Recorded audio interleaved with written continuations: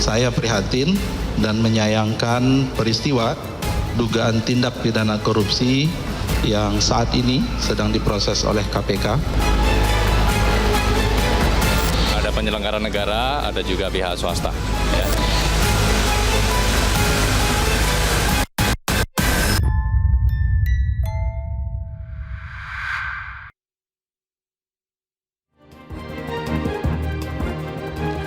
Pemirsa, Wakil Menteri Ketenagakerjaan Immanuel Ebenezer alias Noel terjaring operasi tangkap tangan Komisi Pemberantasan Korupsi.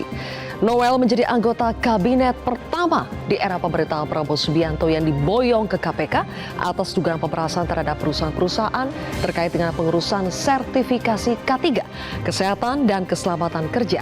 Penangkapan Noel dilakukan KPK di tengah narasi pemberantasan korupsi yang sedang gencar-gencarnya digaungkan Presiden Prabowo Subianto dalam momen perayaan kemerdekaan RI. Apakah momen bersih-bersih ikan busuk dari kepala telah dimulai? Inilah kontroversi selengkapnya Ganyang Koruptor bersama saya Zilvia Iskandar.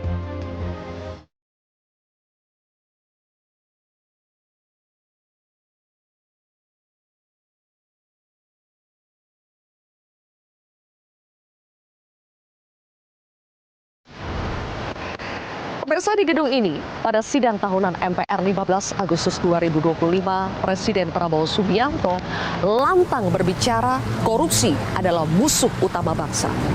Kata Presiden, ada 300 triliun rupiah yang hampir hilang tersedot lewat beragam praktik kotor yang selama ini menjadi rahasia umum di lingkungan pejabat negeri.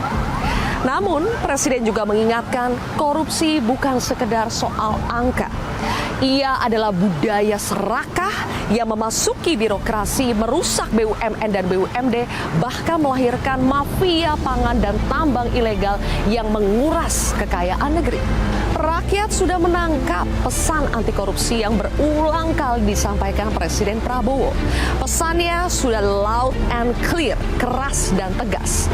Tapi fakta tidak seindah retorika.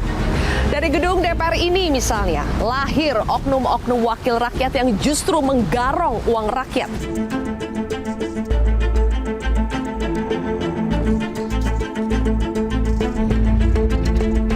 Presiden Prabowo sudah berulang kali menegaskan perang melawan korupsi dan menjadikan korupsi sebagai musuh utama bangsa. Pada hari pelantikannya, Presiden berteriak lantang, kalau ikan busuk, busuknya mulai dari kepala. Karena itu pemimpin harus bersih. 100 hari berjalan, Presiden menegaskan korupsi adalah penyakit utama bangsa dan tidak ada yang boleh kebal hukum. Bahkan terhadap partainya sendiri.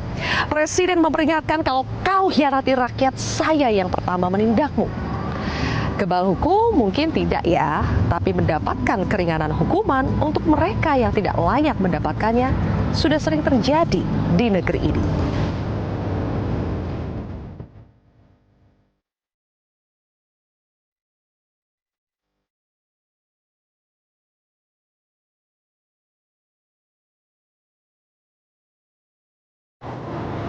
Di tengah janji pemberantasan korupsi, kinerja KPK justru diuji. Operasi tangkap tangan menurun drastis, kasus strategis jarang tersentuh, dan independensi lembaga ini disebut makin tergerus pasca revisi Undang-Undang KPK. Para pakar hukum menilai KPK tidak lagi bertaji dan segahar dulu. KPK belakangan lebih sibuk dengan drama internal daripada membongkar korupsi kelas kakap. Masih ingat dong dengan mantan Ketua KPK Firly Bahuri? Firly tersangkut dugaan pemerasan saat menjabat. Sudah 2 tahun menjadi tersangka. Belum diapa-apain tuh sampai sekarang. Kasusnya mandek di kepolisian. Pertanyaannya, apakah KPK masih sanggup menjadi ujung tombak perang melawan korupsi? Atau justru tinggal bayang-bayang kejayaan di masa lalu?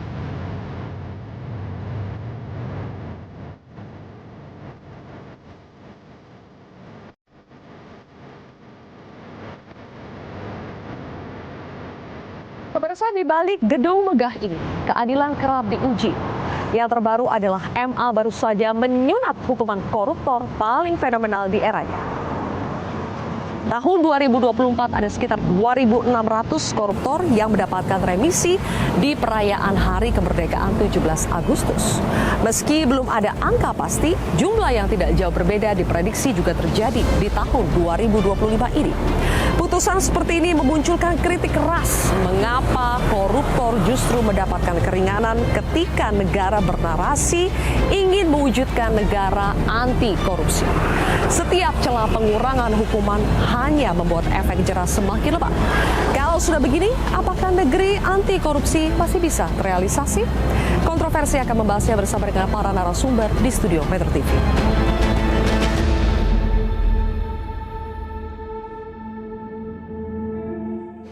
Pemirsa, kami akan langsung membahasnya dengan Pak Toran narasumber di studio Metro TV. Di sebelah kanan saya sudah ada anggota DPR RI dari Komisi 3 fraksi PKB, yakni Hasbialah Ilyas.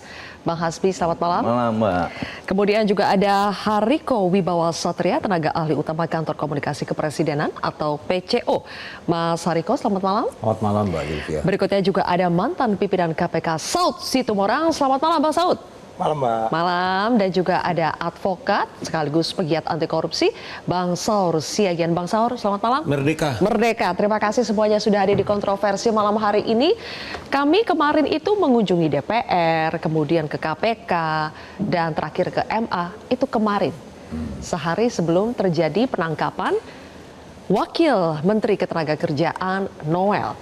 Saya ingin langsung kepada Bang Saud untuk mengomentari. Pas banget momennya ketika Presiden berulang kali menyampaikan bahwa negara kita sedang berperang melawan korupsi, dan hari ini kita lihat pembantu Presiden kena OTT KPK. Bang Saud, menurut Anda ini ironis atau justru kabar baik dalam pemberantasan korupsi kita yang sudah kita tunggu-tunggu? Ini Mbak Silvia ini manas-manasinya.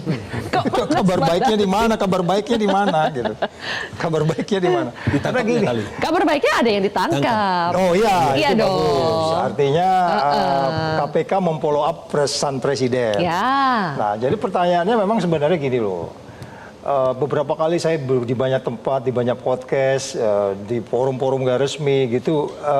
Ketika presiden bilang, gua kejar lu ya sampai ke ujung dunia gitu ya. Antartika. Nah, itu pertanyaannya sebenarnya pesan itu buat siapa sih? Buat Mbak Silvia? Enggak lah, siapa? Buat saya juga enggak, gue juga enggak pegawai negeri. Mungkin Mas Hasbi iya tuh, gue dikejar tuh. Bang Hasbi, hati-hati. Saya akan kejar kemana kamu pergi. Tentu yang paling utama di teamworknya dia. Oh, pesannya kepada pembantunya sendiri dong. Iya dong, di sekelilingnya dia kan. Itu kan pesan itu sangat jelas. Dan itu mulai dari hari pertama dia di KPU dinyatakan sebagai pemenang, dia udah bikin statement itu. Sampai terakhir berapa hari yang lalu, 15. Itu pesannya jelas. Jadi pertanyaannya adalah kabar buruknya gitu ya. Kabar buruknya kayaknya nggak didengar gitu. Iya, kalau didengar nggak kejadian ini peristiwa kemarin yang dialami oleh Wakil Menteri. Jadi sekali lagi mungkin tantangannya adalah kayaknya Pak Presiden harus mulai masuk ke detail-detail siapa sebenarnya yang memantau. Kalau kita lihat ini Wakil Menteri ya, nggak mungkin juga menterinya nggak tahu yang apa yang dilakukan oleh menteri, nggak tahu Wakil Menteri melakukan apa aja. Oh ya? Salah besar dong. Menterinya, menurut Bang Saud, menterinya pasti tahu. Dia harus bertanggung jawab, strictly harus bertanggung jawab terhadap apa yang terjadi di kementeriannya. Jadi pola komunikasinya, atau jangan-jangan dia udah dengar juga. Cuman ya biarin aja, dia nggak didengerin kali. Mungkin kita kan nggak tahu pola komunikasinya. Oleh sebab itu saya katakan kembali lagi, kalau memang Presiden sudah sepakat untuk menentukan ada menteri dan ada wakil, please dibuat check and balance satu sama lain. Yang ngaco nih siapa nih? Menterinya atau wakilnya? Could be happen dari menterinya, bisa dari wakilnya. Jadi buat aja check and balance, bagaimana mereka mekanismenya sehingga kemudian bisa memastikan bahwa mereka saling koreksi satu sama lain. Nah ini kan kita nggak tahu nih bagaimana ini. Kalau umpamanya katakan di kemarin hari ini ada beberapa orang yang diambil, nggak mungkin juga Wakil Menteri kemana-mana sendirian, ke pasar sendirian, nggak. Pasti ada teamworknya. Ada eselonnya? Iya, ada eselon 1, eselon 2, eselon 3, sampai eselon paling bawah. Itu tanggung jawabnya seperti apa. Sehingga hari ini terlalu banyak yang harus dimintai keterangan. Tapi Bang Saud menduga kalau Wakil Menterinya itu bermain, menterinya kemungkinan besar tahu? Harus tahu. Dan apalagi kalau itu ada nanti tim di situ yang dikaitkan dengan eselon 1, 2, 3-nya, Dia eselon 1, 2, 3-nya kan harus memberitahu. Kalau tidak, kesalahan bukan aja di bawah, kesalahan malah di atas. Dia kan harus tahu dong apa yang dikerjakan. Dan wakil menteri kan itu harus bekerja atas perintah juga, atas koordinasi. Pak, saya mau ke sana, saya akan ngomong ini. Nggak bisa juga manuver sendiri-sendiri. Nggak bisa lewat pintu belakang, main sendiri. Oh iya, tapi kalau untuk yang case ini bisa jadi mungkin juga Pak Menterinya nggak tahu. Dan itu nanti kita akan tanya nanti di mana di kita kan persidangan. masih menunggu ya, Bang Saud, kita masih menunggu statusnya Noel ini nanti akan seperti apa. Tapi Bang Saud sebagai pimpinan KPK, kalau yang namanya sudah terjaring OTT, operasi tangkap tangan, itu artinya apa Bang buat yang terjaring itu?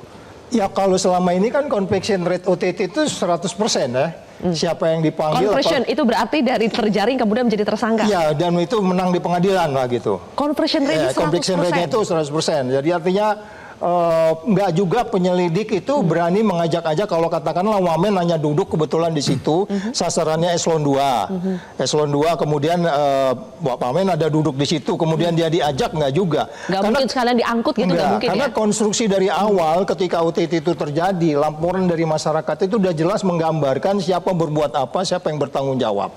Jadi itu sebenarnya sudah terlihat siapa yang harus diutamakan, karena waktu penyelidikan dimulai saja itu udah mulai bicara pasal-pasal yang akan digunakan, dua bukti dan seterusnya. Dia konstruksinya cukup jelas. Apalagi kemudian mereka melakukan penyadapan, pengintaian, kemudian cross check, jejak ini namanya track record dan seterusnya, itu memastikan penyidik mempunyai keyakinan sehingga kemudian terjadilah OTT itu gitu, OTT Mbak. itu berarti sudah ada proses pendahulunya ya? Iya, iya. Oke, saya ingin teman-teman kita putarkan kembali barang bukti yang dibawa oleh KPK dalam OTT hari ini ya. Kita lihat ini seperti, ini bukan lagi trek-trekan di jalan ya. Ini adalah ketika barang bukti ada totalnya 22 kendaraan, 15 mobil dan 7 unit motor. Dan kalau kita lihat ini motor-motor seperti motor-motor balap ya. Kita tidak tahu kaitannya ini milik siapa, kemudian apakah ini hasil dari dugaan pemerasan atau bagaimana. Tapi saya ingin menggali lagi dari perspektif mantan pimpinan KPK. Kalau sudah sampai banyak sekali barang buktinya seperti ini yang disita oleh KPK, ini apa Bang Saud? Apakah ini sudah dipastikan bahwa ini adalah hasil dari dugaan pemerasan, hasil dari dugaan korupsi? Ya by definisi kan itu barang bukti. Barang bukti kan yang ada kaitannya dengan perkara yang tidak tangani. Nggak juga umpamanya bawa kompor gas nggak ada kaitan sama barang bukti peristiwa pidananya. Jadi tinggal kita lihat aja nanti itu milik siapa, apa kaitannya. Kalau penyelidik umpamanya lebih lihai, oh kemarin di LHKPN belum ada tuh Ducati, sekarang kok ada. Itu penyelidik akan ngejelasin. Kita tunggulah malam akan dibandingkan ini. dengan Iya, laporan harta dikit lagi aja, sabar Mbak. Oke, baik. Bang Saud bilang sabar, tapi saya ingin tahu Presiden responsnya gimana ketika melihat ada pembantunya? Apakah masih bisa sabar atau Presiden sudah marah, sudah kecewa, Mas Hariko? Ya, terima kasih Mbak Zilvia. Mengenai apa yang menimpa Mas Noel hari ini, tadi sudah dijelaskan sama Bapak Menteri Sekretaris Negara. Kita sama-sama menunggu pengumuman dari KPK. Yang bisa kami sampaikan pada malam hari ini adalah pada 17 Agustus kemarin, pemerintahan Presiden Prabowo sudah membuat buku laporan kinerja, dan di situ kami menyampaikan bahwa selama lebih kurang 300 hari pertama pemerintahan Presiden Prabowo itu telah menyelamatkan uang negara lebih dari 1.000 triliun dari hasil pengungkapan kasus korupsi. Tentunya ini juga karena dukungan dari masyarakat, kritik dari orang-orang yang selama ini berpengalaman seperti Bang Saud, Bang Saur, Bang Asbi. Terima kasih atas dukungannya. Kemudian kalau ditanyakan Presiden, suasana kebatinannya sekarang bagaimana di istana? Baru saja Presiden pidato untuk melawan korupsi, dan benar ya kalau kita lihat kan Noel ini KTA, secara KTA itu anggota Partai Gerindra ya, dan ternyata langsung kena terjaring OTT. Jadi gini, mengapa Presiden Prabowo itu siap mati untuk mencegah dan memberantas korupsi di Indonesia? Jadi presiden ini betul-betul sangat mencintai bangsa Indonesia ini dan tidak ingin melihat masyarakat ini sedih. Karena kalau kita lihat faktanya hari ini, meskipun 80 tahun sudah usia kemerdekaan kita, tetapi masih ada 23,85 juta masyarakat yang miskin. Kemudian hampir 2,5 juta yang masuk dalam kemiskinan ekstrim. Kemudian menurut Presiden, kita ini sudah 80 tahun merdeka, tetapi 40% sekolah kita itu masih mengalami rusak, sedang, ringan, dan berat. Banyak anak-anak yang masih anemia, kemudian lebih dari separuh anak-anak kita itu pola makannya sangat buruk. Ya. Kemudian setiap jam itu Mbak Zilvia, itu ada sekitar 85 orang Indonesia yang meninggal dunia. Ini setiap jam ada sekitar 85 orang Indonesia yang meninggal dunia. Ini karena penyakit TBC, penyakit kardiovaskular. Oke.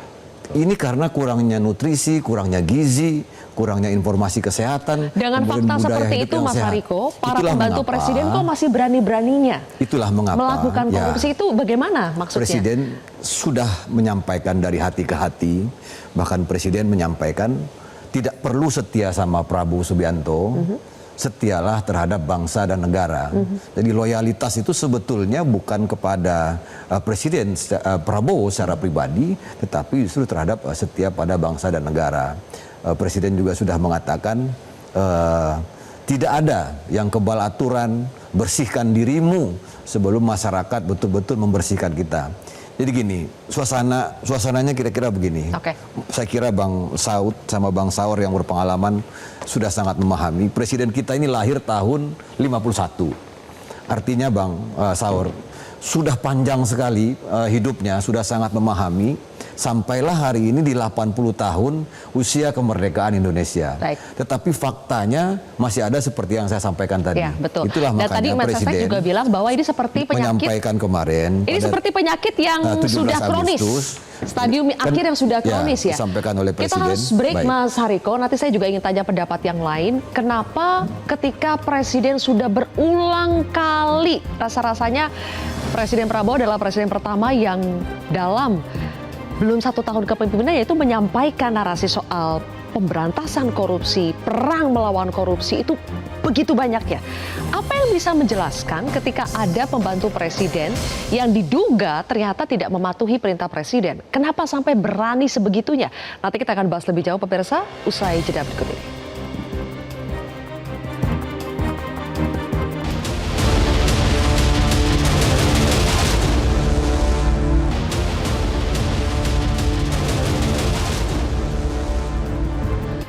Bang Saur Siagian, kenapa menurut Anda masih ada pembantu presiden yang berani main-main dengan korupsi? Ya, pertama saya kira kita apresiasi KPK ya, di mana banyak meragukan kinerja mereka. Ternyata mereka juga bisa masuk kepada jantung daripada pemilik atau katakanlah yang sedang berkuasa. Ya, kekuasaan dan ya.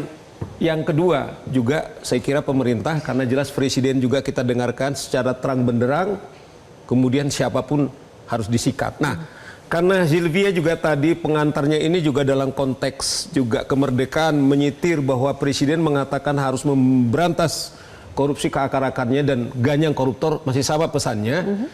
Saya kira begini, para koruptor ini kan ketika kita merdeka dulu dari penjajahan mengambil uang rakyat, kemudian memeras uang rakyat, kemudian juga mengisap. Nah, saya maknai penjajah juga yang sempurna adalah para koruptor ini.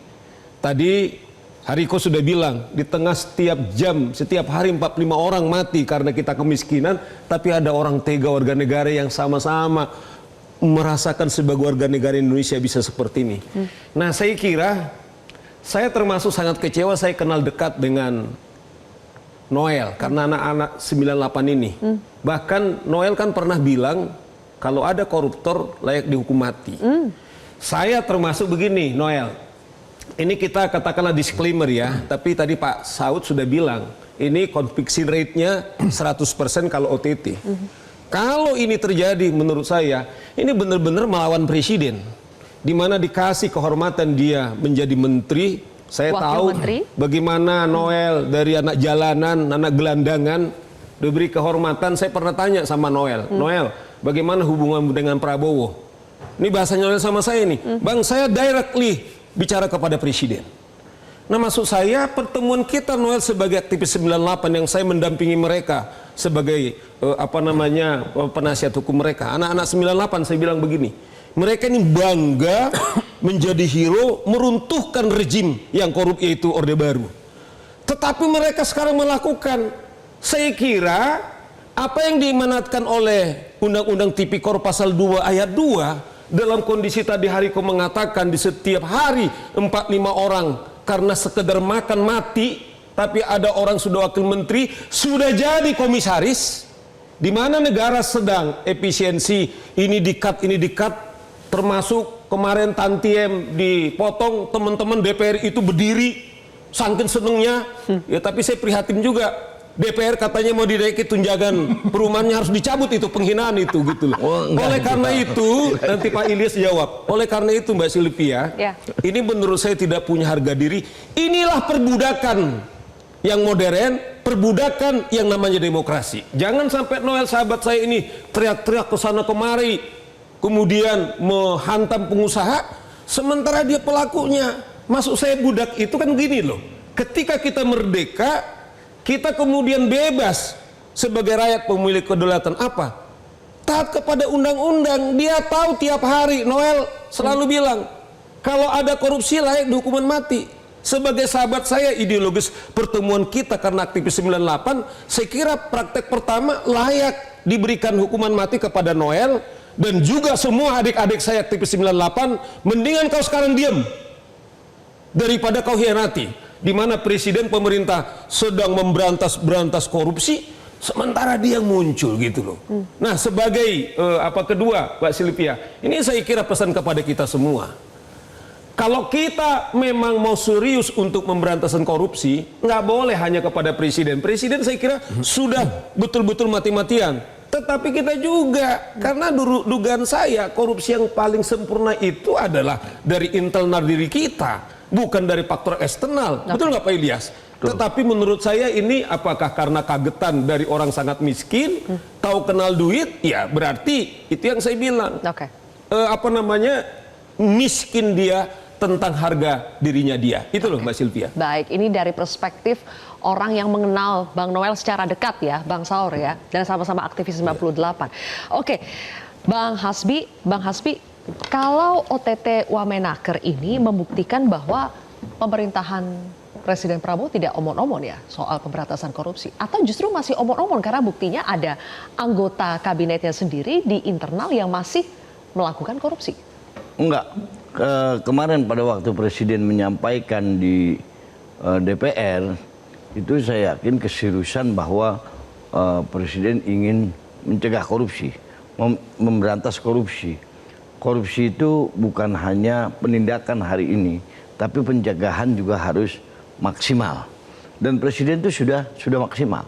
Menurut saya MCP itu sudah dilakukan oleh Presiden, yaitu monitoring, kontrol, preventif, pencegahan. Ini seharusnya yang di bawahnya ini seharusnya memahami apa yang diinginkan oleh Presiden. Kalau masih ada yang tidak paham artinya apa itu Bang? Saya rasa pejabat KPK, alat penegak hukum yang ada sangat naif kalau apa yang disampaikan oleh Presiden ini mereka tidak paham nih, sangat naif. Negara ini hari ini apa yang Allah tidak berikan Mbak kepada negara ini hari ini, apa yang Tuhan tidak berikan ke negara ini, hasil tambang kita melimpah, ini melimpah, sangat naif kalau hari ini per jam itu orang ada yang meninggal 85 orang, masyarakat susah, mau tidak mau harus lebih ditingkatkan lagi. Nih Presiden, kita tidak menyalahkan Presiden, sekuat apapun Presiden menginstruksikan ke bawahannya, menginstruksikan ke alat penegak hukum. Tapi kalau di bawahnya tidak menjalankan, percuma. Tidak ada artinya. Nah ini, saya mengapresiasi kepada KPK hari ini dengan tindakan KPK, tapi jangan lupa pencegahan juga harus. Kenapa harus seperti ini? Kenapa sampai terjadi seperti ini? Ini kan berarti pencegahannya yang tidak maksimal. Pencegahannya gini loh Pak Ilyas, itu memang udah banyak kita gila, udah sakit Pak. KPK itu udah capek itu, pahala itu kerjanya kemana-mana itu. Ya, Mbak Zil, untuk yang pencegahan tuh, penyadaran pendidikan tuh sudah sangat maksimal. Maksud saya begini, Bang. APBN-nya tuh yang di KPK itu sebenarnya lebih banyak digunakan untuk pencegahan sebenarnya malah. Iya, Tapi pencegahan. memang mungkin ada beberapa inovasi yang harus dilakukan lagi gitu ya. Modelnya selama ini kan modelnya kita masuk terus kita keluar. Nih lakukan ini, lakukan ini, lakukan ini, habis itu kita pulang. Selesai setelah itu kan. Beberapa daerah gue dengar biarin aja ntar besok Saud juga pulang kata gitu. Nah ini pencegahan ini, tindakan ini saya mengapresiasi, tapi pencegahan juga harus lebih maksimal lagi. Ya model-modelnya harus diubah. Harus dirubah, harus image KPK hari ini mohon maaf, yang kemarin agak menurun kalah dengan Kejaksaan Agung, dengan tindakan yang dilakukan oleh KPK hari ini Apa? tanda-tanda kebangkitan KPK lah. Mulai yang masyarakat hari ini agak pesimis dengan KPK, hari ini sudah mulai timbul kepercayaan seperti dulu bahwa KPK ini akan kuat. Iya. Nah, tapi jangan lupa, saya ulangi lagi bahwa pencegahan kita juga harus dimaksimalkan juga. Jangan Mungkin sampai kita harus masuk ke detail-detailnya Mas. Iya. Jadi antaranya gini loh. Anggap aja peristiwa ini sekarang Noel ini. Pasti kan ada proses. Dia langsung tidak langsung pasti pernah ketemu dengan seseorang.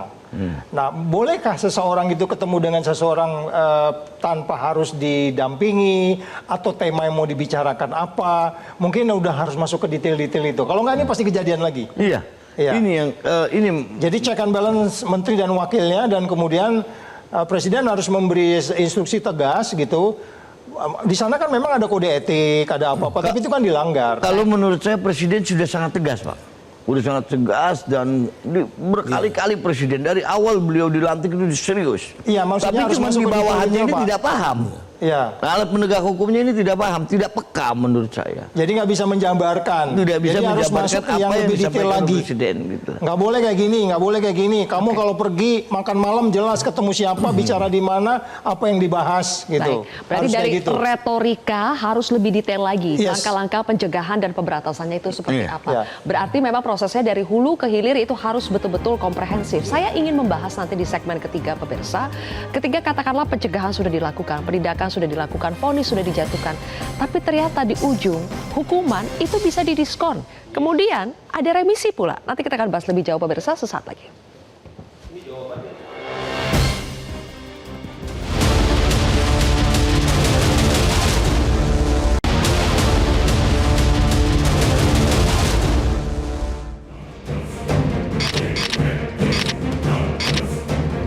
Kita harus menghadapi kenyataan bahwa masih terlalu banyak kebocoran, penyelewengan, korupsi di negara kita. Rakyat menuntut pemerintahan yang bersih. Saya akan melawan korupsi dengan sekeras-kerasnya dan dengan segala tenaga dan upaya. Enak aja. Udah nyolong, aku bertobat. Yang kau curi kau kembalikan. Bukan saya maafkan koruptor, tidak. Walaupun kau Gerindra, tidak akan saya lindungi, saudara-saudara.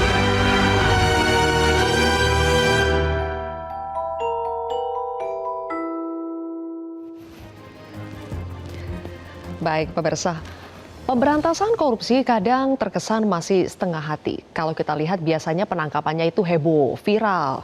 Kemudian masuk ke proses persidangan, divonis, vonisnya tidak seberat tuntutan. Kemudian setelah divonis pun masih bisa dikorting hukumannya di tingkat MA nanti. Dan setelah di MA juga bisa lagi dapat remisi. Nah, pertanyaan saya ke Mas Hariko. Bagaimana sih sebetulnya pemerintah melihat pemberantasan korupsi kita yang ujung-ujungnya di peradilan kita kemudian nanti bisa lagi mendapatkan remisi? Mau dibawa kemana pemberantasan korupsi kalau ujungnya itu masih bisa digoyang seperti itu? Masih bisa dapat bonus-bonusnya buat para koruptor ini? Ya, makasih Mbak Zulfia. Ketika menaikkan gaji sekitar 8.711 hakim. Seluruh hakim ini dinaikkan gajinya, bahkan ada yang mencapai 280%. Presiden mengatakan waktu itu kira-kira kalimatnya seperti ini, untuk apa kita punya tentara yang bagus, untuk apa kita punya polisi yang bagus, untuk apa kita punya penegak hukum yang bagus, tapi kalau koruptor-koruptor ini ketika dibawa ke pengadilan ini bebas juga. Itu sudah diingatkan oleh Presiden. Sekali lagi kami tegaskan, Presiden sangat serius, tidak ada yang kebal aturan. Kemarin Presiden juga sudah menjelaskan ada orang kuat yang menanam sawit di lahan negara, kemudian dari 5 juta hektar lahan yang dilaporkan itu 3,1 juta hektar itu juga sudah disita oleh Presiden. Presiden mengatakan saya tidak peduli mau backingnya siapapun, mau jenderal, mau mantan jenderal, mau orang kaya, karena sekali lagi ini pertaruhan hidup dari Presiden. Presiden mengatakan siap mati karena sekali lagi usia negara kita sudah 80 tahun. Kalau nggak begini caranya kita kapan mau jadi negara maju? Kemudian juga tata kelola minyak, ada sebuah nama yang memang sangat ditakuti, dianggap tidak bisa disentuh oleh hukum. Hari ini sama di mata hukum, ada mungkin lebih kurang sekarang ada 19 sampai 20 orang menjadi tersangka terkait dengan tata kelola minyak. Kemudian untuk pertama kalinya juga dalam sejarah ada istilahnya tantiem itu. Bahasa gampangnya bonus perusahaan lah. Inilah pertama kalinya di zaman Presiden Prabowo bonus perusahaan untuk para komisaris ini tidak ada. Kemudian Presiden juga kita bersyukur dan kami meyakini para komisaris ini bukannya menurun pendapatannya, mudah-mudahan semakin meningkat kesadarannya bahwa ini sebetulnya betul-betul untuk masyarakat. Jadi salah satu solusinya adalah menaikkan gaji hakim.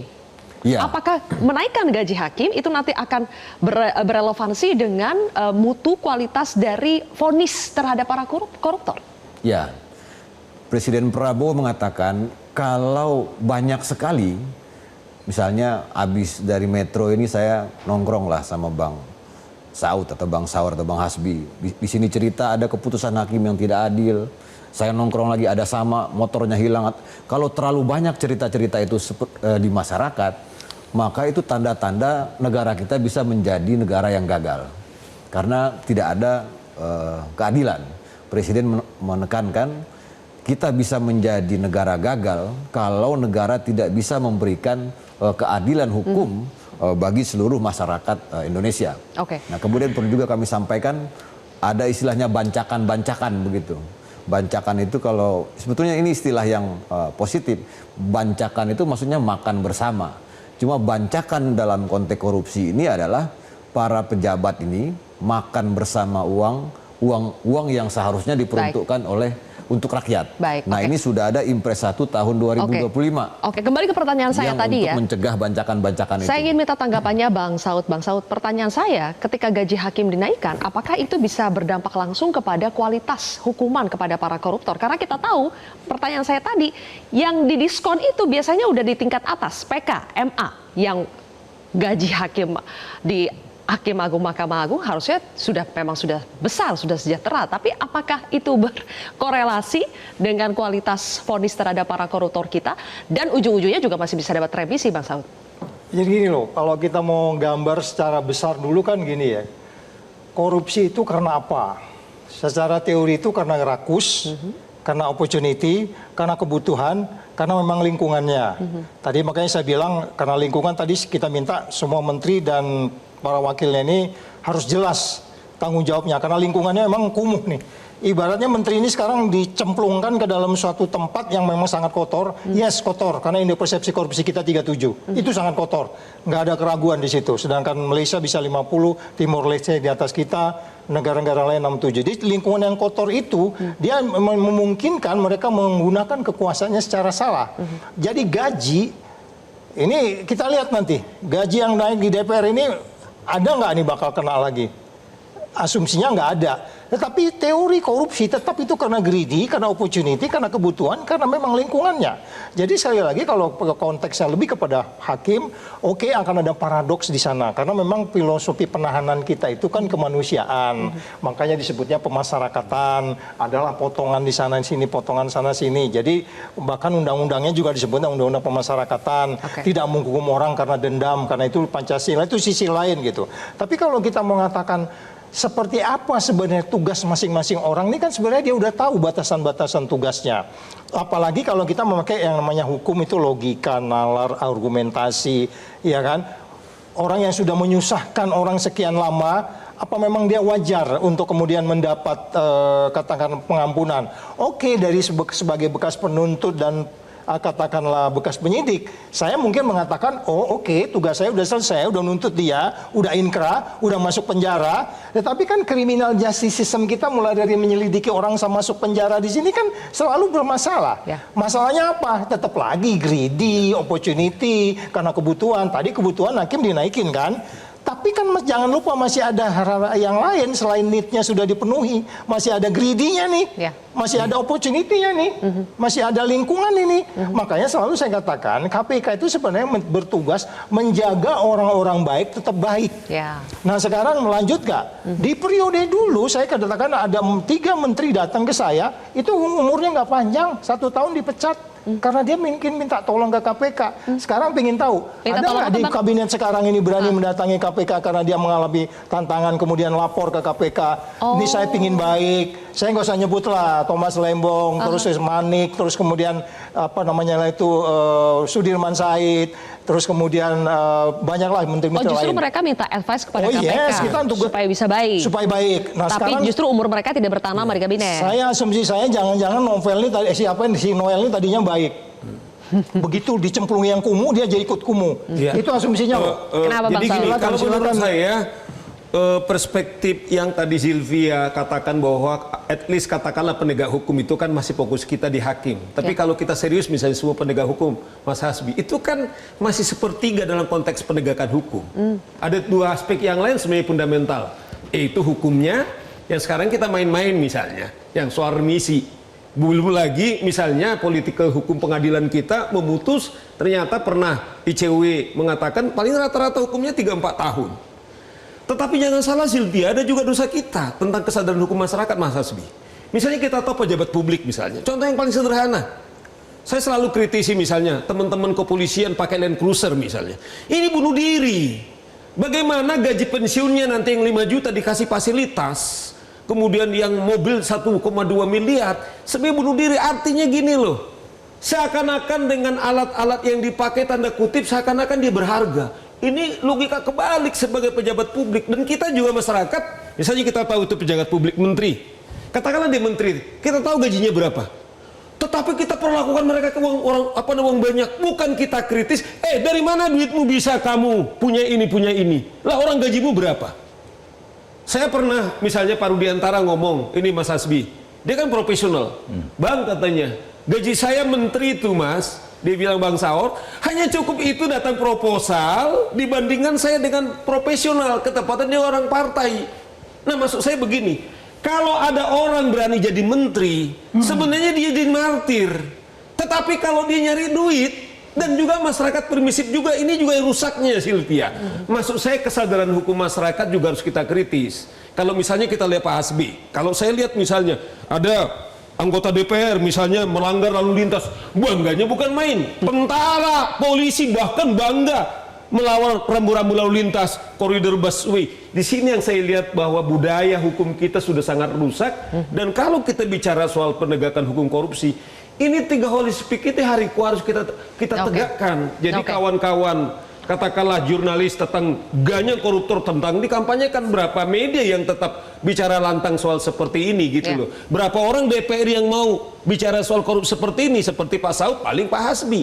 Yang lain seperti apa? Nah oleh karena itu ada 3 aspek yang paling kita kritisi juga adalah publik, masyarakat. Kalau kita lihat pejabat publik ditempatkan di tempat yang paling terdepan dan layak dapat duit, Dia udah jenderal gitu Pak Hasbi. Maksudnya jenderal apa?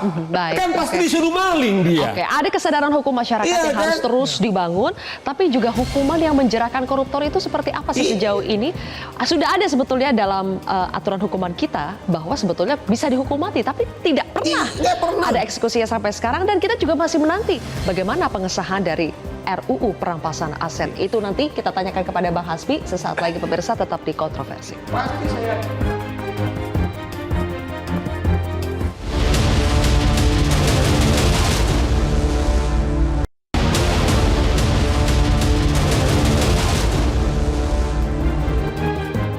Bang Hasbi, jadi DPR bisa apa ini? Sudah lama kita menantikan RUU perampasan aset. Kapan itu jadinya?